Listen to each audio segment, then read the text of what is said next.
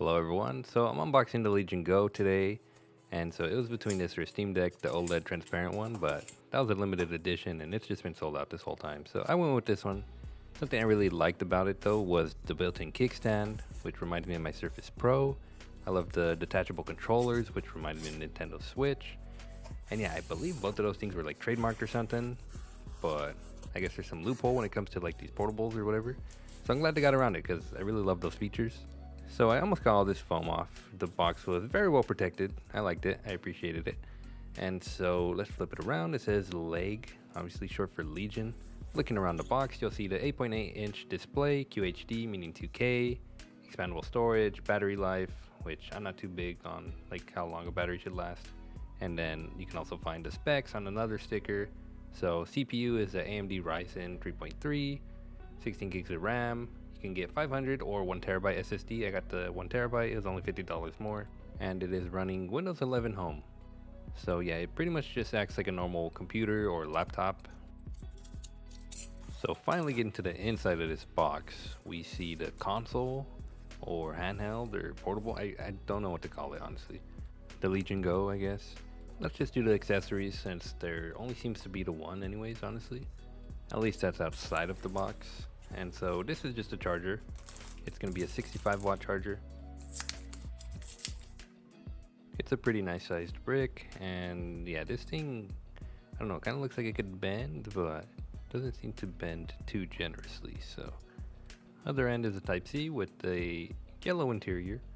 Finally take the console out, which underneath is just a like coupon thing, and then underneath that is actually like a little hidden compartment, which is just some like warnings.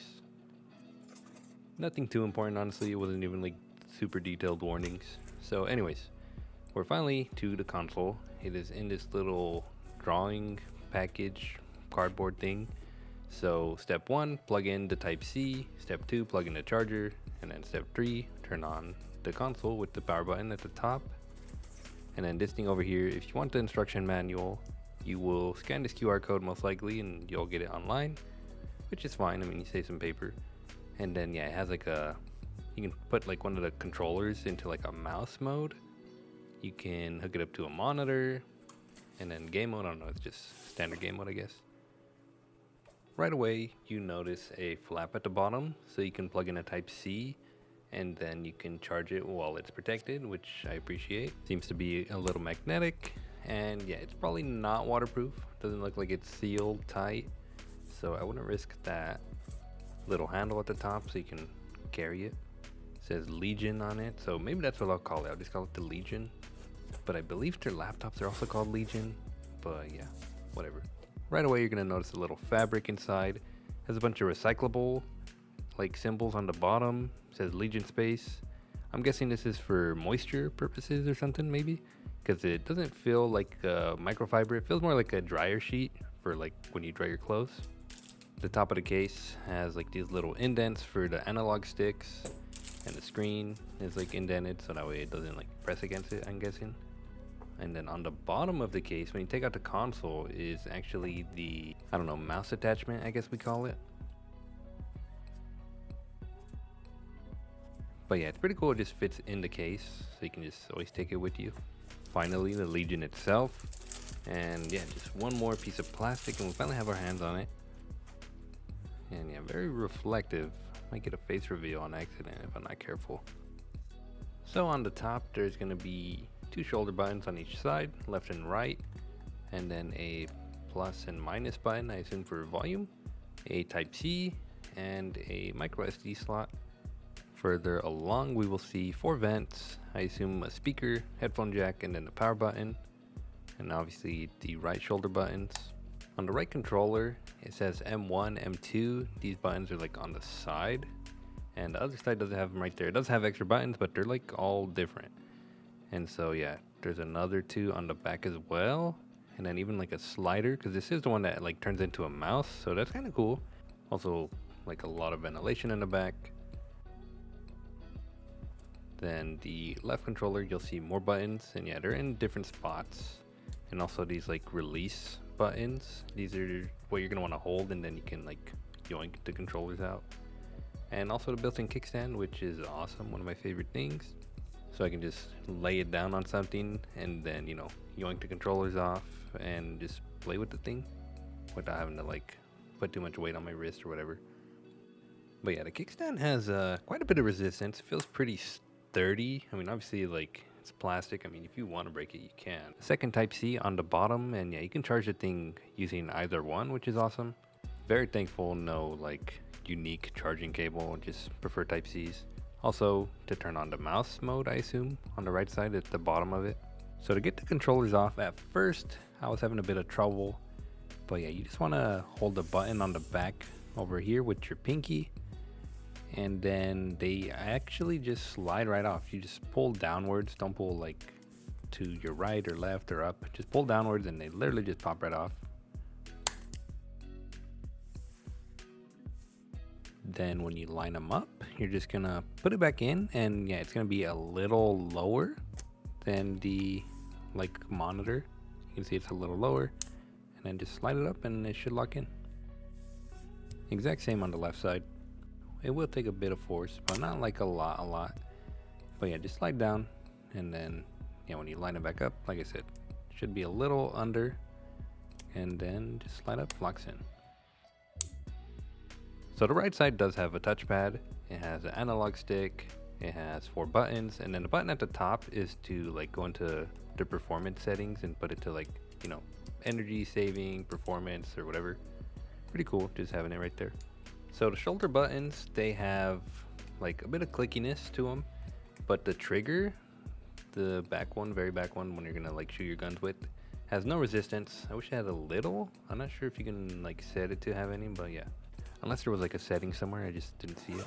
So because this is the right one, I do want to try the mouse attachment. And one of the things I noticed pretty fast is, look at how like clean the controller is, and bam, that first time I took it out, it scratched it. It is scratching it. I did not notice when I was doing it. But yeah, watching this recording, and like I noticed during the recordings that the right side was scratched up a bit, and I was so confused because I was like, what did I scratch it on? And so it's not a big deal. I mean, you can maybe get like some kind of skin for this thing to cover it up maybe, but it is very strange that it just kind of scratches up your controller. And so yeah, using this as a mouse is definitely a bit strange, but it is also kind of cool. I haven't tried any FPS, maybe I'll get to it. So similar to the other side, you're gonna have the analog, except no buttons, but you are gonna have a D-pad, and then you're gonna have a button at the top, which is gonna take you to like some Lenovo game store type thing. And so yeah, I don't know if you can rekeybind it just yet. And then the buttons on here are like, if you're on console, similar to like start, select type thing. Some additional buttons on the back, and then yeah, the button to release like the controllers from the tablet. And so if you press this down, you'll see it like pull in this little like latch. So now I detached both controllers, and then I'm gonna put up the kickstand, and then that's pretty much how I intended to play it sometimes. And yeah, like I just think it's cool being able to do this, and it having a built-in kickstand with no like additional accessories or anything. And then this is where I noticed like during the recording, like the scratches on this thing, and I was like, I was so confused where they came from. Same with the mouse attachment, it has them like in pretty much the same place, and so yeah, it's very strange that they scratch each other. And yeah, I just kept doing it because I was like, cool, it's magnetic, without even realizing all the damage I was causing at the time. And then I, for some reason, do it again, and yeah, it just kept getting worse every time.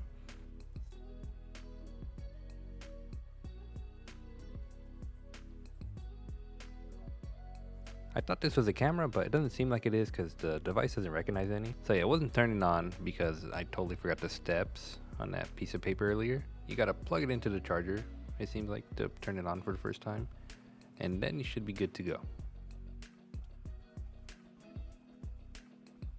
But yeah, this thing is just a Windows 11 PC, basically, laptop, whatever you want to call it. So the setup is going to be similar to that. Nothing too special, nothing unique really. And yeah, it's just going to have to do quite a few updates. So I'll try and skip as much as I can. Just use the touchscreen to navigate. But I promise, yeah, you're not going to miss much. So I'll go ahead and skip all this.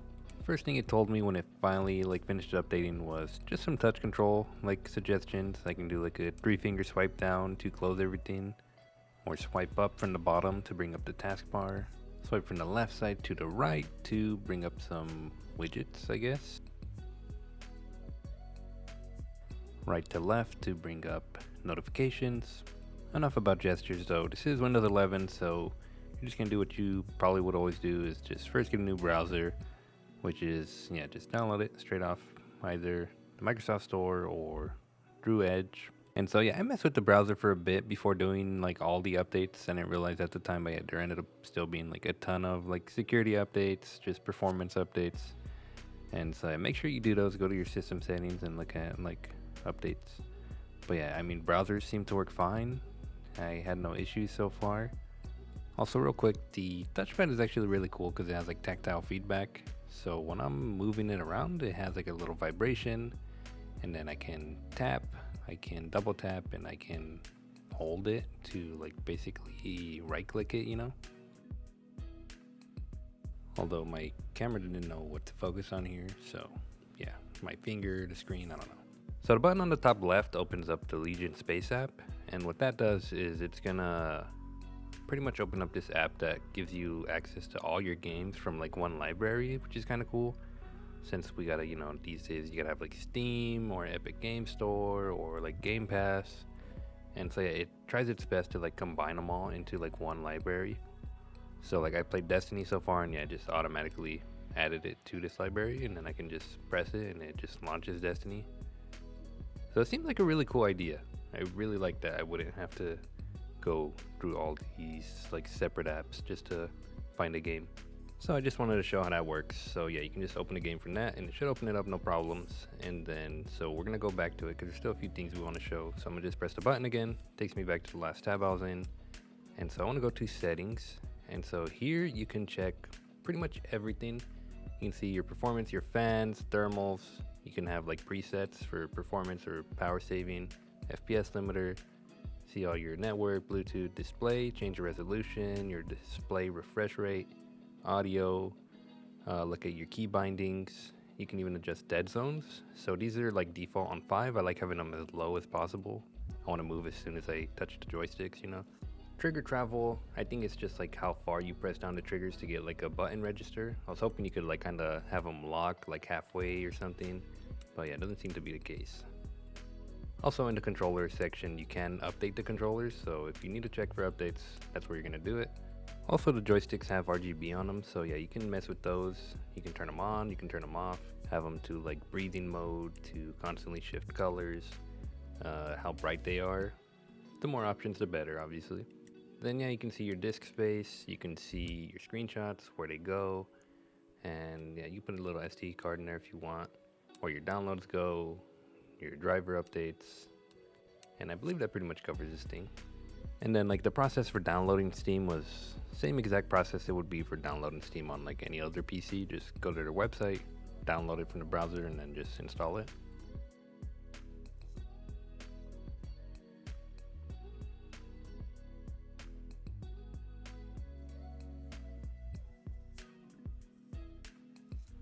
So you already know I download Destiny, but I just wanted to show how simple it was. I didn't have to put any settings or like do anything special. It's just very straightforward.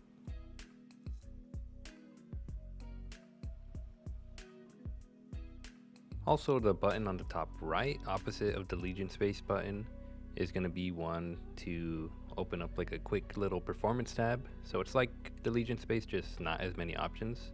But yeah, you'll have like profiles for performance mode, power saving mode. You can change like your thermal settings, your fan settings, go down to change your brightness, your volume, or you can use the buttons on top of the Legion Go to change the volume, your resolution, your refresh rate, and you can even monitor like all your frames and your VRAM usage, your temperatures. So yeah, it's very similar to the other thing, like I said, just more focused on like, yeah, things you want to change immediately. Vibration, lighting effects, touchpad. So I just think it's very cool you have the option to just like quickly access all these things and adjust them without having to open like the Legion Space app. Next tab is going to be System Quick Settings. So this is just pretty much just like shortcuts. all F4, stuff like that. And then you can also connect a external monitor. So I'm in Destiny now, and I want to put it in performance mode, and then I want to also track the frames and stuff. So I'm also running like a screen recorder, and so yeah, the frame rate can drop pretty low. It's under 30 at times, like right now, 27, 26. So what I want to do is I want to lower everything to low and eventually drop the resolution, but first we're just going to go with the graphics quality. Just put it all on low and then apply the changes. So now we can hopefully at least stay above 30 FPS.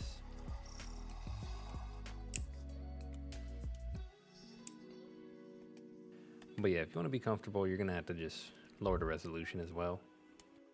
So we can drop down to 1920 by 1200.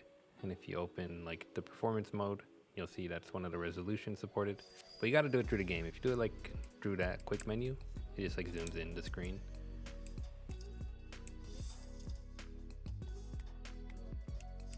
Right away it feels a bit better. You can stay above 40 FPS it looks like. And then let me just go shoot some stuff.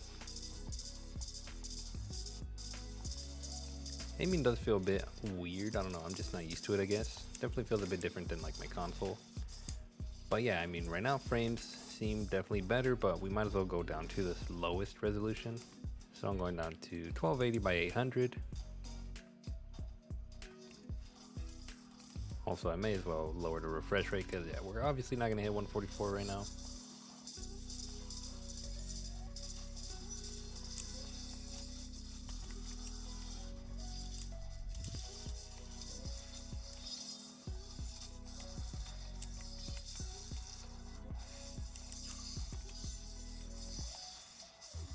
So I feel like there's a good amount of stuff going on, and I mean, I can stay consistent above 40 FPS, which makes me happy, going up to 50 sometimes.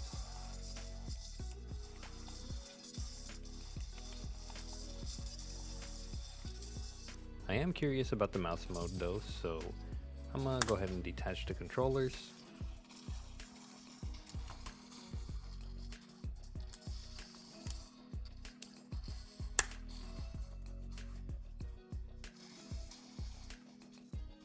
So if you want to use it like a mouse, just make sure you put it in FPS mode, and then it'll even tell you when you go to like the performance settings. So since I put it in FPS mode, it says controller mode FPS, and then yeah, if you're done with the mouse mode, just turn it off, and then it'll go back to gamepad mode. And it's pretty cool because yeah, you can see all the profiles right there, FPS 1, FPS 2, FPS 3.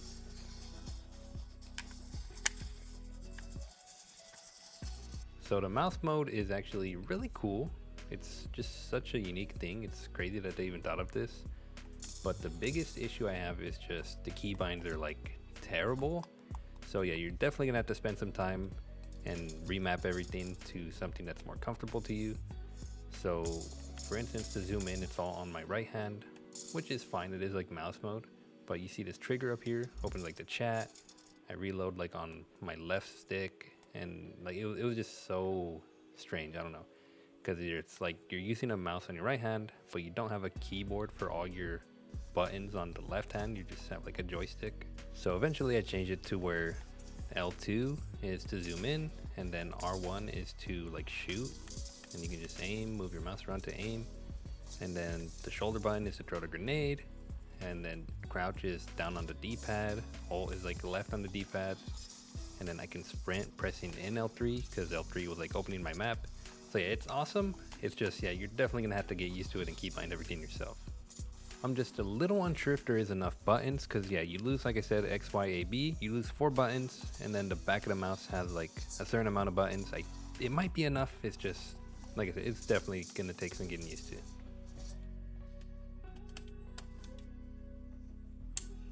And yeah, I love how easy it is and simple to switch from mouse mode, FPS mode, to gamepad mode. So right now, FPS mode, flip off FPS mode, and just instantly back to gamepad.